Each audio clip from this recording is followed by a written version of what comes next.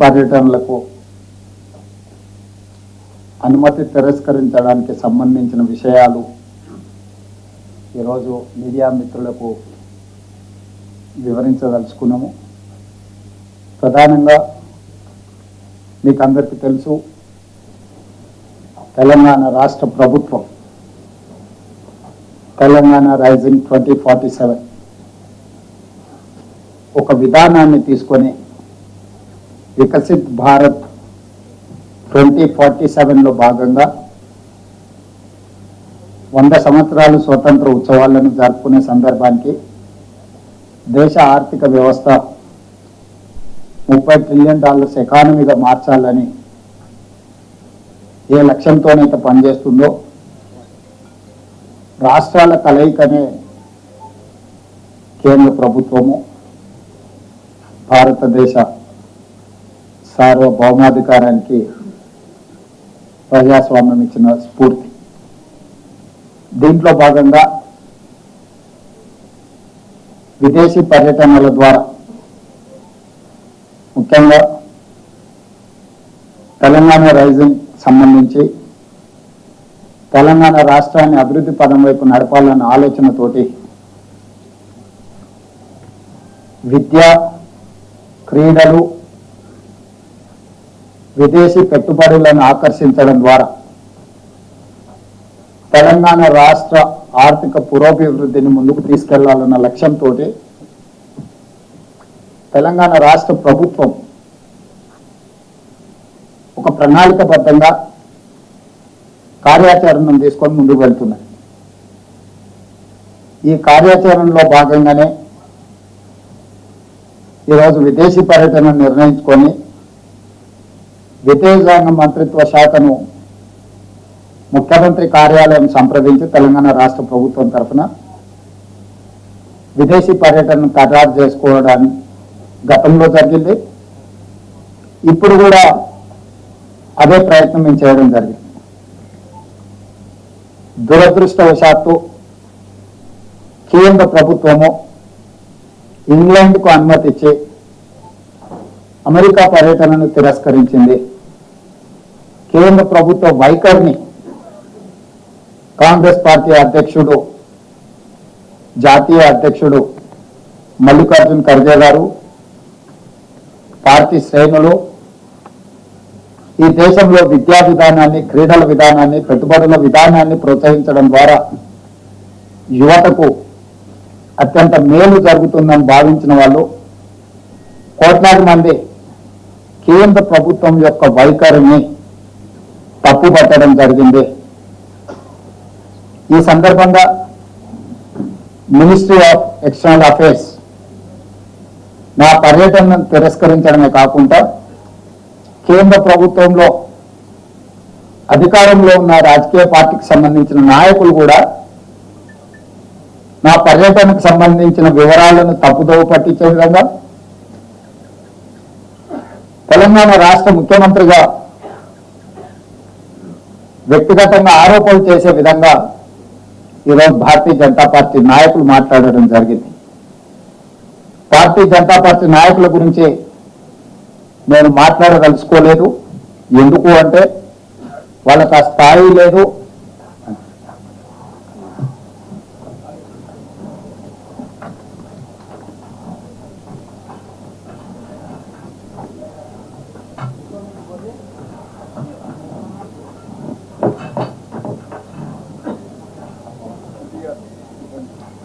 సమావేశంలో ఉప ముఖ్యమంత్రి బట్టి విక్రమార్క గారు, పెద్ద ఉత్తమ్ కుమార్ రెడ్డి గారు కూడా క్యాబినెట్ సబ్ కమిటీ సమావేశాన్ని అర్థాంతరంగా వాయిదా వేసుకొని ఈ పత్రికా సమావేశంలో వారు జాయిన్ కావడం జరిగింది. అయితే భారతీయ జనతా పార్టీకి సంబంధించిన నాయకులు విచక్షణ కోల్పోయి ప్రభుత్వం మీద, అధికారిక పర్యటన మీద అవాస్తవాలను చెప్పడమే కాకుండా ఆరోపణ చేసి తప్పుదోవ పట్టించే ప్రయత్నం చేసింది. కాబట్టి ఈరోజు భారతీయ జనతా పార్టీ నాయకుల విషయంలో నేను స్పందించదలుచుకోలేదు. ఇది రెండు ప్రభుత్వాలు, ప్రజాప్రతినిధులు సంబంధించిన అంశం రాజకీయ అంశాల జోలికి వెళ్లకుండా ప్రభుత్వాలు నిర్వహించవలసిన బాధ్యత గురించి ఈరోజు కేంద్ర ప్రభుత్వానికి నేను గుర్తు చేయదలుచుకున్నా. ఈరోజు నా పర్యటనలో భాగంగా మేము అప్లికేషన్ పెట్టినప్పుడు అప్లికేషన్లో స్పష్టంగా, ఎందుకంటే ఇది అఫీషియల్ కరెస్పాండెన్స్ కాబట్టి డిస్క్లోజ్ చేయొద్దనుకున్నా, కానీ ఈరోజు వివరాలు ఇవ్వలేదు. అందులో అసంపూర్ణమైన వివరాలు ఉన్నాయి. ముఖ్యమంత్రి గారి పర్యటన దాపరికం ఉంది అనే రకంగా ఈరోజు వారు మాట్లాడడం జరిగింది. ఇది మినిస్ట్రీ ఆఫ్ ఎక్స్టర్నల్ అఫైర్స్కి సంబంధించిన మా అప్లికేషన్, సిఎంఓ కార్యాలయం పెట్టిన విజ్ఞప్తి. ఇందులో purpose of visit, one-on-one meetings with the key stakeholders, prestigious world-class universities, leading sports institutions, investors, and potential strategic partners in USA. ఇందులో స్పష్టంగా విద్యకు సంబంధించి, క్రీడలకు సంబంధించి, తెలంగాణ రాష్ట్రంలో పెట్టుబడులకు సంబంధించిన పర్పస్ ఆఫ్ విజిట్ని ఈరోజు మేము తీసుకొని ముందుకు వెళ్తున్నామని స్పష్టంగా కేంద్ర ప్రభుత్వానికి అప్లికేషన్ పెట్టడం జరిగింది. The objective is to promote Telangana as a premier educational and sports hub and facilities collaborations and investment that can bring world-class universities, education institutes in Telangana. స్పష్టంగా ఒక స్పష్టమైన లక్ష్యం పెట్టుకొని తెలంగాణ రైజింగ్ 2047 యొక్క ప్రణాళికను తీసుకొని ముందుకు వెళ్తున్నామని కేంద్ర ప్రభుత్వానికి గతంలో కూడా నేను విదేశీ పర్యటనలకు వెళ్ళినప్పుడు, అమెరికా కూడా పర్యటనలకు వెళ్ళినప్పుడు నేను కానీ ఉప ముఖ్యమంత్రి గారు కానీ ఇతర మంత్రులు విదేశాలకు వెళ్ళినప్పుడు పెట్టే ప్రొసీజర్ ఇది. క్రిస్టల్ క్లియర్గా వివరాలు అందించడం జరిగింది. వాళ్ళు ఏమన్నారు, ministry of external affairs has examined the proposal, clearance from political and is decline. Last టైంలో సింపుల్గా రిప్లై చేశాం. Ministry of external affairs has examined the proposal, clearance from political angle is decline. ఇది వాళ్ళ రిప్లై. సో రాజకీయ పరమైన నిర్ణయాలతో మేము మీ పర్యటనను తిరస్కరిస్తున్నామని చెప్పింది. What is the political reason? I wanted to ask Narendra Modiji, you have visited many countries. మీరు ఎన్నో దేశాలకు పర్యటనలకు వెళ్ళారు. మీరు కాదు, మీకు సంబంధించిన రాష్ట్రం నుంచి గుజరాత్ ముఖ్యమంత్రి భూపేంద్ర పటేల్ ఆగస్టు 17 నుంచి 24 వరకు ఈ నెలలోనే యుఎస్, కెనడాలో 8 రోజుల విదేశీ పర్యటనలకు వెళ్ళాడు. దేనికోసమో వైబ్రెంట్ గుజరాత్ 2047 అనే పాలసీ డాక్యుమెంట్ ప్రమోట్ చేయడానికి, రోడ్ షోలు చేయడానికి గుజరాత్ ముఖ్యమంత్రికి మీరు అనుమతి ఇచ్చారు. నరేంద్ర మోడీ గారి స్వరాష్ట్రమైన గుజరాత్ ముఖ్యమంత్రికి వైబ్రెంట్ గుజరాత్ 2047 పెట్టుబడులను ఆకర్షించడానికి మీరు అనుమతిస్తారు. అతను కెనడా, అమెరికా లాంటి దేశాలలో పర్యటిస్తాడు, పెట్టుబడులు పెట్టే వాళ్ళతో కలుస్తాడు, మాట్లాడతాడు, గుజరాత్లో పెట్టుబడులు పెట్టమని ఆహ్వానిస్తాడు.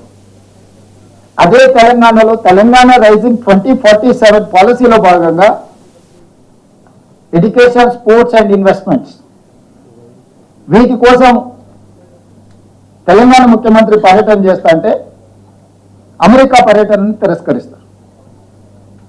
నేను ఒక ప్రశ్న సూటిగా కేంద్ర ప్రభుత్వాన్ని అడగదలుచుకున్నాను. నిజంగా నా విదేశీ పర్యటనలో విషయం లేదు, లేకపోతే విషయాలు మీకు అందించలేదంటే ఇంగ్లాండ్కి అనుమతి ఎందుకు ఇచ్చిండ్రు, అమెరికాకు అనుమతి ఎందుకు తిరస్కరించిండ్రు? ఇంగ్లాండ్, అమెరికాకు రెండింటికి ఒకే విధానాలతోని, ఒకే అంశాలను తీసుకొని నేను విదేశీ పర్యటన చేసిన. ఇంగ్లాండ్లో నేను ఆక్స్ఫర్డ్ యూనివర్సిటీ వెళ్ళడం జరిగింది. ఆక్స్ఫర్డ్ యూనివర్సిటీ హైదరాబాద్కు టీంను పంపించి ఇక్కడ ఆక్స్ఫర్డ్ యూనివర్సిటీ స్టార్ట్ చేయడానికి పరిస్థితులను పరిశీలిస్తామని మనకు అష్యూరెన్స్ ఇచ్చారు. కేంబ్రిడ్జ్ యూనివర్సిటీకి వెళ్ళిన ఎంసీహెచ్ఆర్డీ క్యాంపస్లో షార్ట్ టర్మ్ కార్యక్రమాలను నిర్వహించే విషయాన్ని వాళ్ళు పరిశీలిస్తామని మనకు అష్యూర్ చేశారు. భారత్ ఫ్యూచర్ సిటీలో ఆఫ్షోర్ క్యాంపస్ పెట్టడానికి కూడా మేము పరిశీలిస్తామని చెప్పారు. యూనివర్సిటీ ఆఫ్ లండన్, హైదరాబాద్లో లండన్ యూనివర్సిటీ ఆఫ్ క్యాంపస్ ఏర్పాటు అంగీకరించింది. సంబంధిత అధికారులను నేను కలిసిన, లండన్ స్కూల్ ఆఫ్ ఎకనామిక్స్ వాళ్ళతో నేను మాట్లాడినా, వాళ్ళు హైదరాబాద్కి టీంలను పంపిస్తామన్నారు. అదేవిధంగా లండన్ బిజినెస్ స్కూల్ వీళ్ళతో మాట్లాడుతూ కూడా ఎంసీహెచ్ఆర్డీలో షార్ట్ టర్మ్ కోర్సులను వాళ్ళు ప్రారంభించడానికి చేశారు. అదేవిధంగా అమెరికాలో కూడా Harvard university campus, Boston MIT campus, north eastern campus, Virginia tech university, వీటన్నిటిని కూడా కలిసి ఈరోజు మనకు హార్వర్డ్ యూనివర్సిటీ మన దగ్గర ఆఫ్షోర్ క్యాంపస్ కానీ లేకపోతే షార్ట్ టర్మ్ కోర్సులని ఇక్కడ ప్రారంభించడానికి మనం ఒప్పందం చేసుకుంటున్నాం. ఈరోజు ఒక ముఖ్యమంత్రిగా, విద్యాశాఖ మంత్రిగా మంచి యూనివర్సిటీలను, ఐబీ లీగ్ టాప్ 10లో ఉన్న యూనివర్సిటీలను తెలంగాణకు తీసుకురావాలనేది మా ప్రభుత్వం యొక్క లక్ష్యం. ఒకప్పుడు మహాత్మా గాంధీ గారు, డాక్టర్ బాబాసాహెబ్ అంబేద్కర్ గారు ఇంగ్లాండ్లో చదువుకోవడం వల్ల, లండన్ స్కూల్ ఆఫ్ ఎకనామిక్స్లో డాక్టర్ బాబాసాహెబ్ అంబేద్కర్ చదువుకోవడం వల్ల ఈ దేశానికి దార్శనికుడుగా మారింది. ఈ దేశం యొక్క దాస్య శృంఖలాల నుంచి విముక్తి మహాత్మా గాంధీ గారు కల్పించగలిగారు. ఒక విజ్డమ్, ఒక మంచి యూనివర్సిటీలో ప్రపంచ స్థాయి అవగాహన కలిగిన, పరిజ్ఞానం కలిగిన విద్యాలయాల్లో చదువుకుంటే ఆ చదువు, ఆ జ్ఞానము మన ప్రాంతము, మన రాష్ట్రము, మన దేశం అభివృద్ధి పదం వైపు నడిపించడానికి ఉపయోగపడుతుందని పేదవాళ్ళు, ముఖ్యంగా మధ్యతరగతి వాళ్ళు, దళితులు, గిరిజనులు, బలహీన వర్గాలు, అదేవిధంగా ఇతర ఆర్థికంగా వెనుకబడిన సమాజము విదేశాలలో, యూకేలోనో యుఎస్లోనో చదువుకోవాలంటే కోట్ల రూపాయల ఖర్చు అవుతుంది. కాబట్టి కొద్దిమంది మాత్రమే అక్కడికి వెళ్ళి చదువుకోగలిగిన పరిస్థితులు, ఆర్థిక వెసులుబాటు ఉంటుంది. కాబట్టి ఈరోజు మనం ఫారిన్ స్కాలర్షిప్స్ కూడా ఇచ్చి ప్రోత్సహించినా అది సరిపోవడం లేదు. కాబట్టి ఆ యూనివర్సిటీలను, ఆ క్రీడా మైదానాలను ఇక్కడికి తీసుకురావాలని, అవి ఇక్కడికి వస్తే ఈరోజు పదుల్లో విదేశాలకు వెళ్ళే వాళ్ళు వేలల్లో మన దగ్గర చదువుకోవడానికి అవకాశం ఉంటుంది. ఒక మంచి క్రీడాకారులను మనం తయారు చేయడానికి అవకాశం ఉంటుంది. ఈరోజు రాష్ట్రానికి పెట్టుబడులను ఆకర్షించడం ద్వారా 2034కి $1 ట్రిలియన్ ఎకానమీ, 2047 నాటికి $3 ట్రిలియన్ ఎకానమీకి పెంచాలి తెలంగాణని ఈరోజు ఈ పర్యటనను నిర్ణయించుకొని మేము ముందుకు వెళ్తుంటే, తెలంగాణ రాష్ట్ర ముఖ్యమంత్రికి అనుమతి నిరాకరించడం వ్యక్తిగా రేవంత్ రెడ్డి అనుమతి నిరాకరణ కాదు. ఇది 4 కోట్ల తెలంగాణ ప్రజలకు జరిగిన అవమానము, తిరస్కరణ. ఈ తిరస్కరణకు కారణం గుజరాత్ ఆధిపత్యం. ఈ దేశ ప్రధానమంత్రి ఇంకా గుజరాతీగానే వ్యవహరిస్తున్నాడు తప్ప భారత ప్రధానమంత్రిగా విషయ పరిజ్ఞానంతో ఈ ప్రధానమంత్రి గారు వ్యవహరించడం లేదు. ఇది తీవ్ర ఆక్షేపణీయము.